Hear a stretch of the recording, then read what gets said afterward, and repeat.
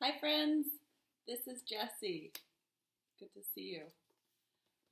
I have a story I'd like to share today from Frog and Toad. Let's read. We'll try the first chapter and see if we have time for another one. This one is called Spring. Frog ran up the path to Toad's house. He knocked on the front door. There was no answer. Toad, Toad, shouted Frog. Wake up! It is spring. Blah, said a voice from inside the house. Toad, Toad, cried Frog. The sun is shining, the snow is melting. Wake up! I am not here, said the voice. Frog walked into the house. It was dark. All the shutters were closed. Toad, where are you? Called Frog. Go away, said the voice from a corner of the room. Toad was lying in bed. He had pulled all the covers over his head. Frog pushed Toad out of bed. He pushed him out of the house and onto the front porch. Toad blinked in the bright sun. Help, said Toad. I cannot see anything. Don't be silly, said Frog. What you see is the clear, warm light of April, and it means that we can begin a whole new year together, Toad. Think of it, said Frog. We will skip through the meadows and run through the woods and swim in the river. In the evenings, we will sit right here on this front porch and count the stars. You can count them, Frog, said Toad. I will be too tired. I am going back to bed. Toad went back into the house. He got into the bed and pulled the covers over his head again. But Toad, cried Frog, you will miss all the fun. Listen, Frog, said Toad. How long have I been asleep? You have been asleep since November, said Frog. Well then, said Toad, a little more sleep will not hurt me. Come back again and wake me up at about 1/2 May. Good night, Frog. But Toad, said Frog, I will be lonely until then. Toad did not answer. He had fallen asleep.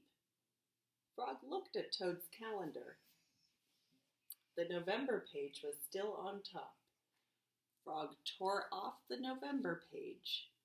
He tore off the December page, and the January page, and the February page, and the March page. He came to the April page. Frog tore off the April page too. Then Frog ran back up to Toad's bed. Toad, Toad, wake up! It is May now. What? Said Toad. Can it be May so soon? Yes, said Frog. Look at your calendar. Toad looked at the calendar. The May page was on top. Why, it is May, said Toad as he climbed out of bed. Then he and Frog ran outside to see how the world was looking in the spring. The end. That one was pretty short, so let's read one more chapter. This one is called The Story. One day in summer, Frog was not feeling well. Toad said, Frog, you are looking quite green. But I always look green, said Frog. I am a frog. Today you look very green, even for a frog, said Toad. Get into my bed and rest.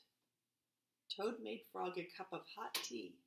Frog drank the tea, and then he said, Tell me a story while I am resting. All right, said Toad. Let me think of a story to tell you.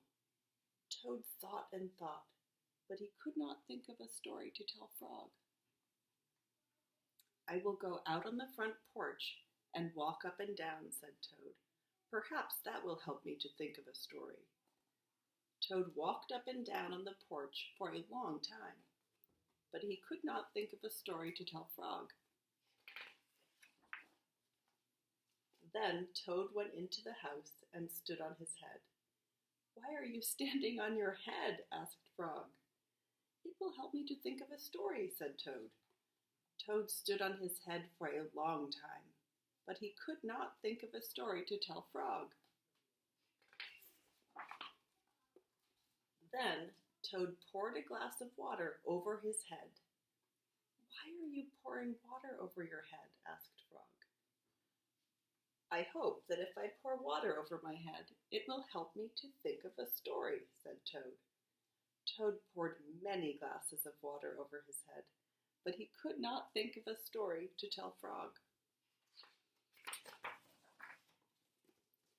Then Toad began to bang his head against the wall. "Why are you banging your head against the wall?" asked Frog. "I hope that if I bang my head against the wall hard enough, it will help me to think of a story," said Toad. "I am feeling much better now, Toad," said Frog. "I do not think I need a story anymore." "Then you get out of bed and let me get into it," said Toad, "because now I feel terrible." Frog said, "Would you like me to tell you a story, Toad?" "Yes," said Toad, "if you know one." "Once upon a time," said Frog, "there were two good friends, a frog and a toad. The frog was not feeling well. He asked his friend the toad to tell him a story. The toad could not think of a story. He walked up and down on the porch, but he could not think of a story. He stood on his head, but he could not think of a story. He poured water over his head, but he could not think of a story. He banged his head against the wall, but he still could not think of a story. Then the toad did not feel so well, and the frog was feeling better. So the toad went to bed, and the frog got up and told him a story." The end. "How was that, Toad?" said Frog, but Toad did not answer. He had fallen asleep. The end. Thank you so much for sharing story time with me today. See you again next time.